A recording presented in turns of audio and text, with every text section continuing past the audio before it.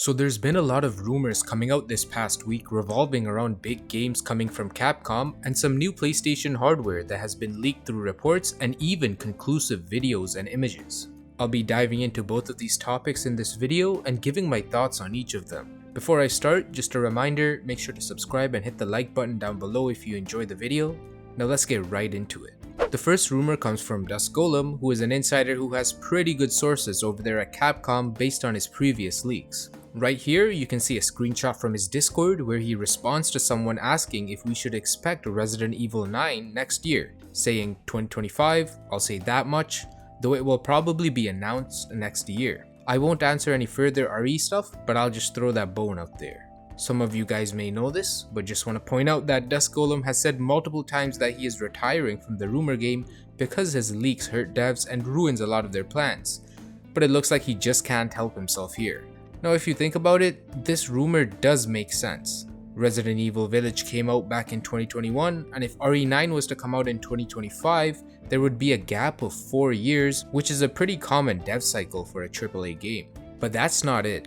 Just a bit further down, he also mentions that there's a big Capcom game being announced at the end of this year that's releasing in fall 2024, and that RE9 will be announced next year. Now for what this title releasing in 2024 actually is, we really don't know yet. Some people are thinking that it's a new Dino Crisis, others are thinking that it's a new Marvel vs. Capcom game, but by far the most likely outcome is Monster Hunter 6. We know that Monster Hunter World came out back in early 2018, so if this is true, this means that there would be a 6-year gap between that and the next mainline Monster Hunter game. Even though a 6-year dev cycle is pretty long for a AAA game, this makes sense considering Monster Hunter Rise came out just a couple years ago back in 2021 and probably ate into the dev time for Monster Hunter 6. We must remember that Monster Hunter Rise also wasn't a direct sequel to the mainline series, seeing how it was primarily developed for the Nintendo Switch, which is why it doesn't look nearly as good as Monster Hunter World and didn't require a full AAA dev cycle.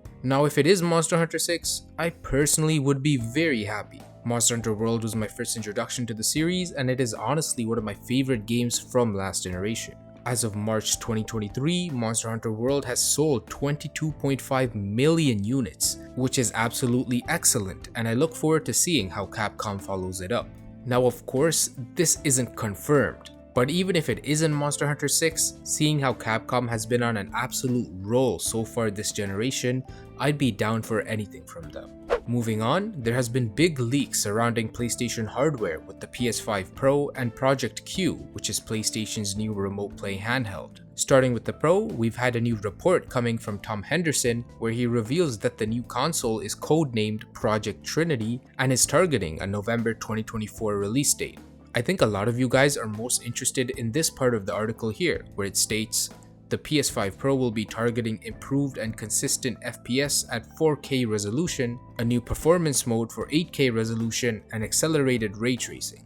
Now I've discussed these PlayStation 5 rumors plenty of times in the past on this channel, and as you may know, I don't think that the console is really all that necessary. Based on the article here, it seems like the main selling points of the Pro console is 8K resolution and ray tracing, which I think are not that important. Pretty much no one has an 8K TV, so I don't think that feature is going to be useful for most people. Ray tracing on the other hand does look pretty neat at times when used properly, but for me it isn't a feature worth getting a whole new Pro console over. But by far, in my opinion, the biggest selling point for this console is the ability to play games at 4K 60 frames per second. We've seen a lot of games come out as of late that struggle to maintain a consistent frame rate, and a Pro console would definitely help with this. Now let's talk about Project Q, which actually had some videos of it leaked from what looks like a factory in China. I'm not sure if I can show you the leaked images and video directly in this video here, but you can see it for yourself over on Twitter or on the Gaming Leaks and Rumors subreddit.